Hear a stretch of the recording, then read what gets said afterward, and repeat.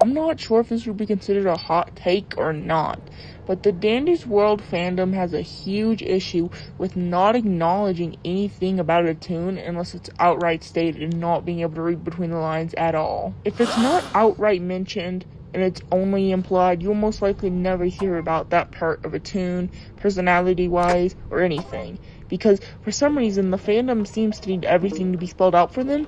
Unless a popular creator figures it out, or it's spelled out, they won't acknowledge it. First example would be me using Finn. For example, if you ask any Dandysworld player who's Finn's best friend is, they will most likely say Shrimpo, when it's much more likely to actually be Dazzle if you look at his dialogues. Also, if you ask if he's self-conscious, you will usually receive a no, which is just not the truth, if looking at his dialogues and his lore video. If you look at Brescia as well, nowadays people will tell you she's just breaking out of her role, which is true, but it's been implied for a while, but only as recently became popularly known in the fandom because Quill had to outright state it somewhat. Being a little oblivious is not bad, of course. I myself am somewhat oblivious. I'm just saying, it gets to a point. Most theories are just stuff that's outright said in Dandysworld, if we're being honest. I haven't seen really any theories that aren't just outright said. It's honestly kind of tiring, since theories is such a big part of game fandoms in particular, and there's just not a lot. Don't get me wrong, there's a lot of hidden gems, but they're gems because they're not common to find. I hate saying they lack reading comprehension because when I say that I come off as a snob, but I do definitely think the Dandysworld fandom, at least the majority of it, does. Oh, but how do I learn more?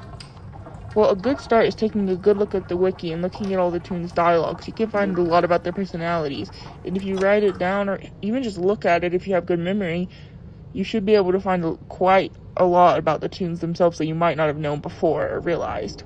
Or even looking around maps can tell you a lot about the environment of Dandysworld, etc.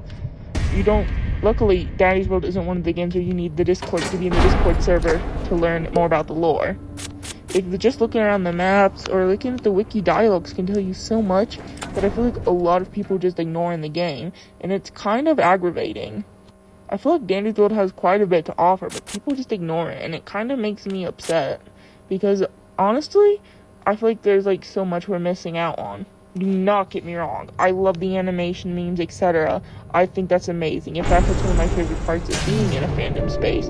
But I also feel like there should be some more theories, etc. with the stuff we've been giving. At first I got it because there wasn't a lot of lore. But recently, so much lore hasn't been implied, etc. There's just so much implications that Dandysworld players miss because, well, it has to be spelled out for them to notice. Either that or a popular creator must make it. If a popular creators, that's not their headcanon or their theory, oftentimes, if it's a good theory, it doesn't matter. It only goes noticed if it's a popular creator's theory.